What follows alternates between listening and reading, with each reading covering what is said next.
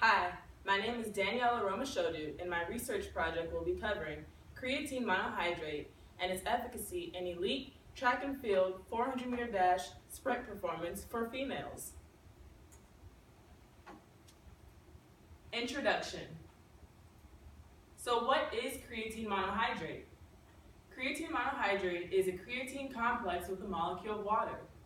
Creatine is a natural amino acid derivative made up of glycine, arginine, and methionine.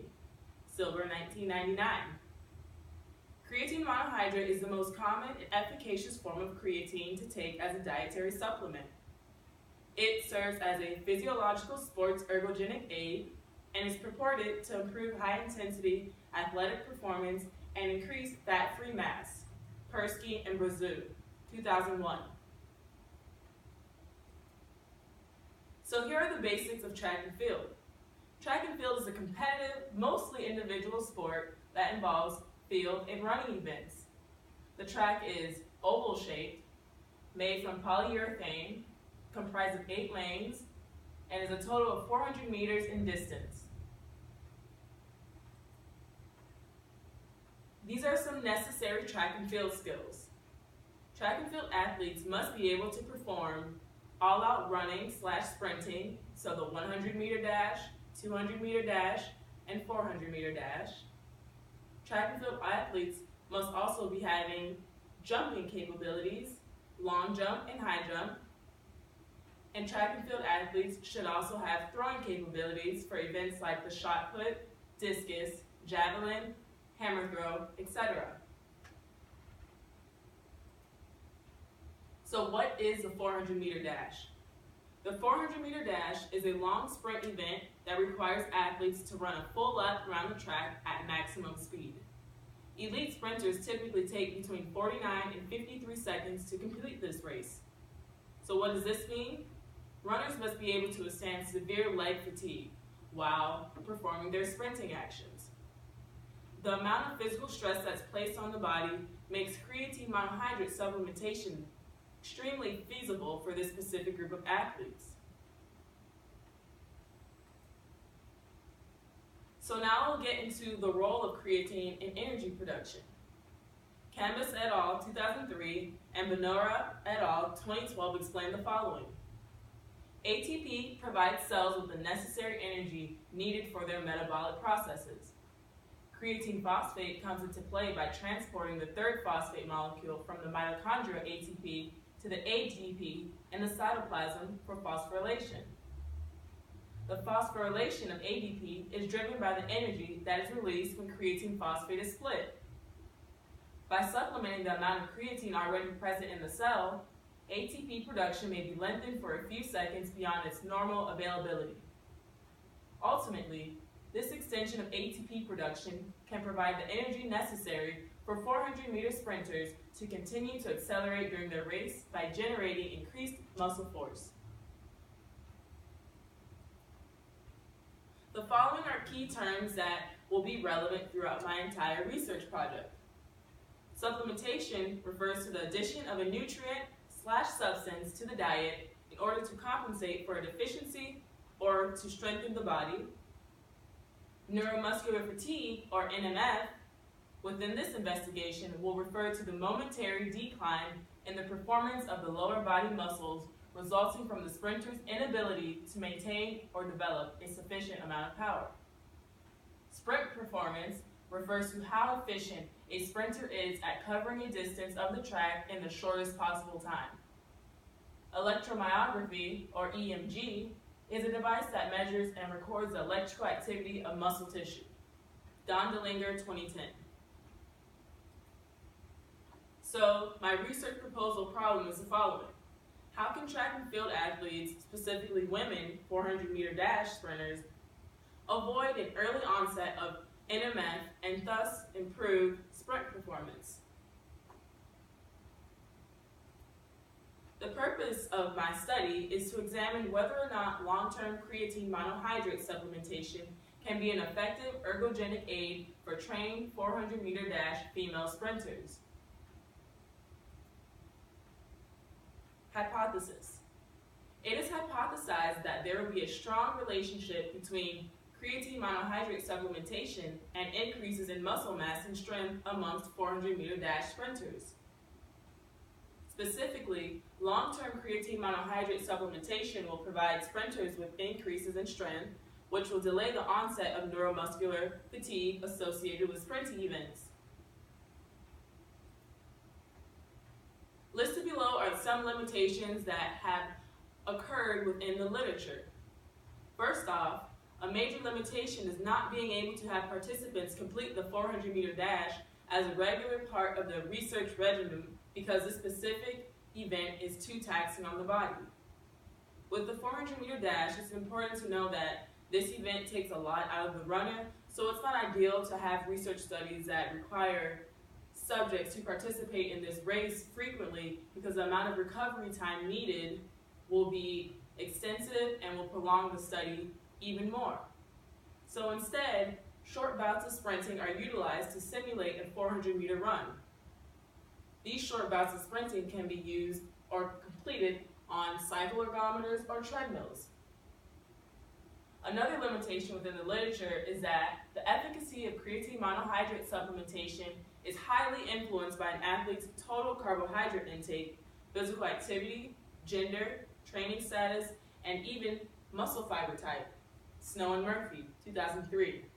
So this is saying that the effects that creatine monohydrate can have on a body depends on the person's overall health, their diet, whether they're male or female, and what type of muscle fibers they have predominantly. Literature review. So what will be investigated? The review of the current literature will study the effect of creatine monohydrate supplementation on the sprint performance of elite female outdoor track and field 400-meter dash sprinters. The effect that creatine monohydrate supplementation has on sprint performance is well documented in studies that examine sprinting on a cycle ergometer. Creatine monohydrate supplementation effects are also examined on protocols involving treadmills. The following studies will present the findings that were made throughout various creatine monohydrate investigations, following various exercise protocols.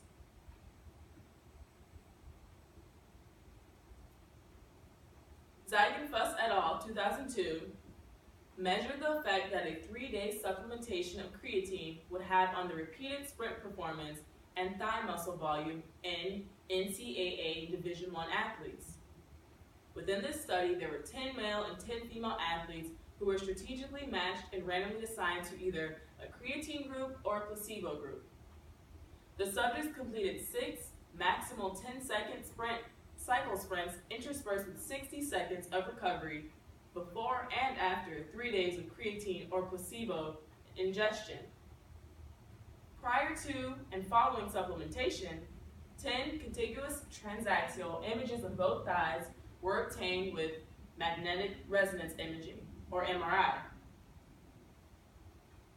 Through the study, Ziegenfuss et al. Found that creatine supplementation brought forth statistically significant increases in body mass, total work during the first sprint, and peak power during sprint number 2 through 6.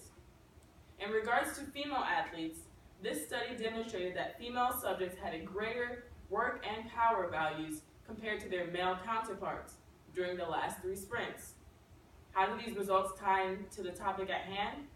Well, in this particular study, the females had better overall performance in the last 3 sprints. As a 400-meter dash sprinter, it is significant that the athlete has enough stored energy, speed, and power on their last 100 meters of their 400-meter dash.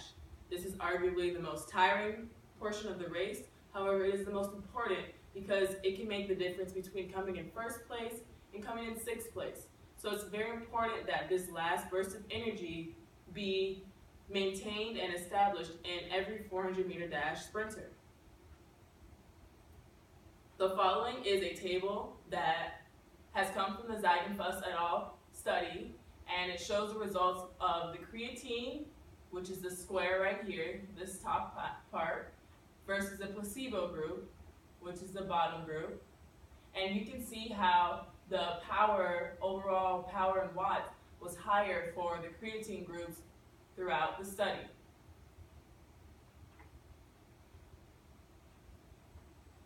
The creatine group achieved greater peak scores during sprints 2 through 6. In addition, relative to sprint 1, peak power was significantly lower during sprints 2 and 6 of the placebo group and sprints 3 to 6 in the creatine group. Another study, conducted by Stout et al. 2000, investigated the effect of creatine loading on the onset of neuromuscular fatigue.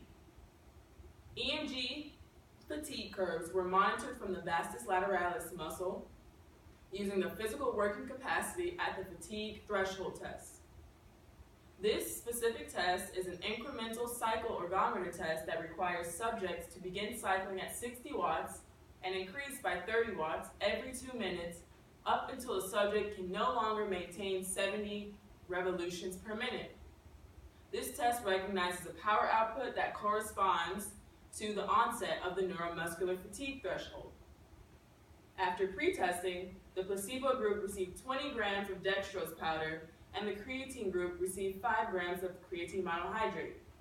These were ingested 4 times per day for 5 consecutive days. Each subject performed the physical working capacity at the fatigue threshold test, and during each 2-minute interval, 6 10-second EMG samples were recorded from the vastus lateralis.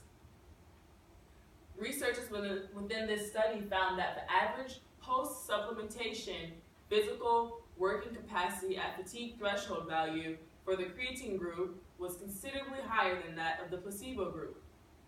Overall, this study shows that creatine loading may delay the onset of neuromuscular fatigue, which, as discussed, is a necessary delay if 400-meter dash sprinters want to improve their performance in their event. The following is a chart taken from the Stout et al. 2000 study, and it shows the placebo group. So these last 2 columns we want to pay attention to. This is pre-test and this is post-test. And this is the watts, so the work. You can see that many of the values stayed the same. Some even decreased. And that was in the placebo group. Now in the creatine group, in these same columns, pre-test versus post-test,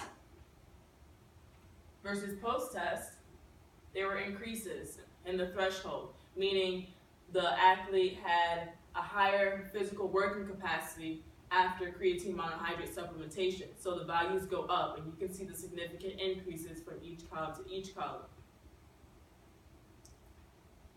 Summary of literature review. Creatine monohydrate supplementation seems to be effective at delaying the onset of neuromuscular fatigue during anaerobic activity.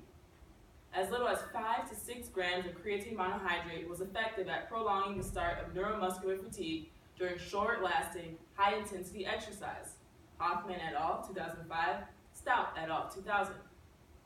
The main benefit of increasing creatine stores is a reduction in neuromuscular fatigue by decreasing an athlete's reliance on anaerobic glycolysis and delaying lactate accumulation during high-intensity exercise. Hoffman et al. 2005. Greenhalgh, 1997, found that in order for athletes to gain the full effects of creatine monohydrate, a loading phase is recommended. The loading phase should consist of an ingestion of creatine in a solution at a rate of 20 grams per day for 5 to 6 days, broken into 4 servings of 5 grams per day. After the initial loading phase, muscle stores of creatine can be maintained by ingesting 5 to 10 grams per day. Methods. The participants in my research proposal, the target population that I looked for were young, female, elite outdoor track and field 400-meter dash sprinters.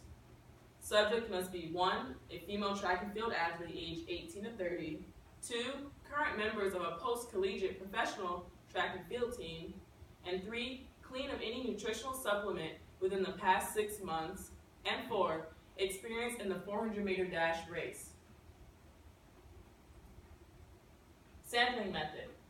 After a population of qualified participants is obtained, a random sample of 10% of the population will be selected for inclusion in the study. Once a sample has been selected, participants will be notified of acceptance via email. Procedures. Location of the study will take place at FAU's Exercise Science Large Laboratory and the Boca Raton campus. The baseline test will include the physical working capacity at the fatigue threshold test, similar to the previous study mentioned. Subjects will then be randomly placed into an experimental group or a control group.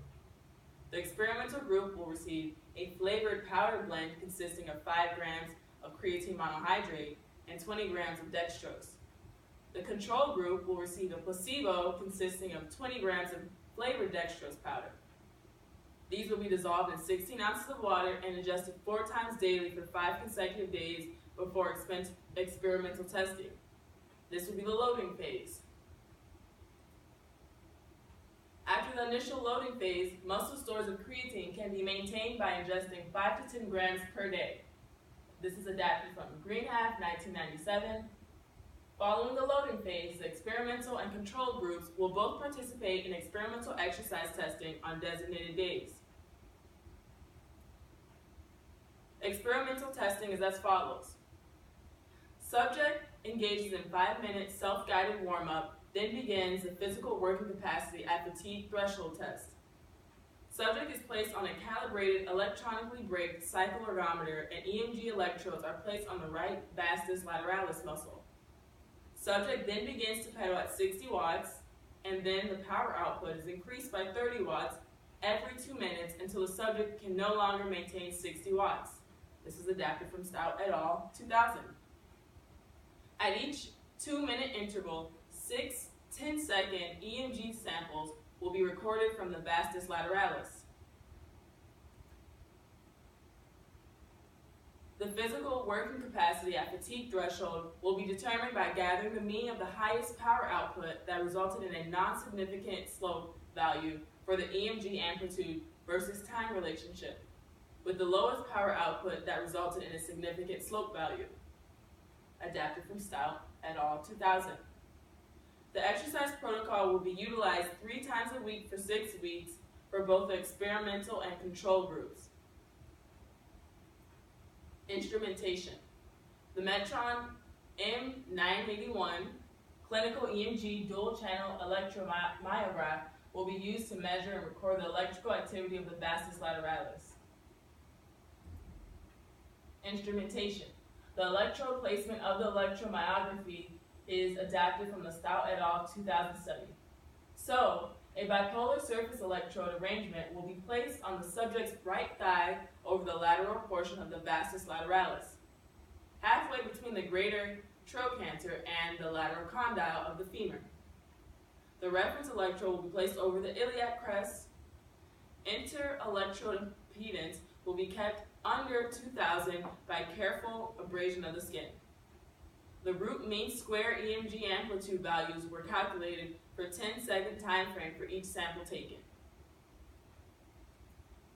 Statistical techniques. SPSS software will be utilized to analyze the data that will be collected in the current investigation. Changes in body weight as a result of creatine monohydrate supplementation will be analyzed by using a 2x2, so treatment by time, mixed factorial ANOVA. Differences in the mean post-test physical work capacity at fatigue threshold value will be determined by using analysis of covariance with pre-test PWCFT serving as a covariate. Data will be considered significantly different if the probability is p less than or equal to 0.05. This is adapted from Stout et al. 2000. Practical applications. Ideally, 400-meter runners should mix creatine monohydrate powder with a sports drink immediately following their running workout or race, and then engage in a cool down consisting of a light jog followed by stretching. Besides exercising, 400-meter runners can get the most out of their season by maintaining a healthy diet, sleep pattern, flexibility, and proper hydration. When all of these factors are grouped together, creatine supplementation will have more obvious effects on sprint performance. In a nutshell, My research proposal wants to examine the effects that creatine monohydrate will have on reducing the level of fatigue or onset of fatigue abruptly for an athlete, a track and field athlete. So in this study, I want to investigate how can creatine monohydrate delay the onset of neuromuscular fatigue. I would like my athlete to be able to sprint farther without getting fatigued so early in the race. I would much rather an athlete get fatigued later on in the race rather than at the start of the race. So this study wants to examine how can creatine monohydrate supplementation improve sprint performance via delaying of onset of neuromuscular fatigue. Here are my references.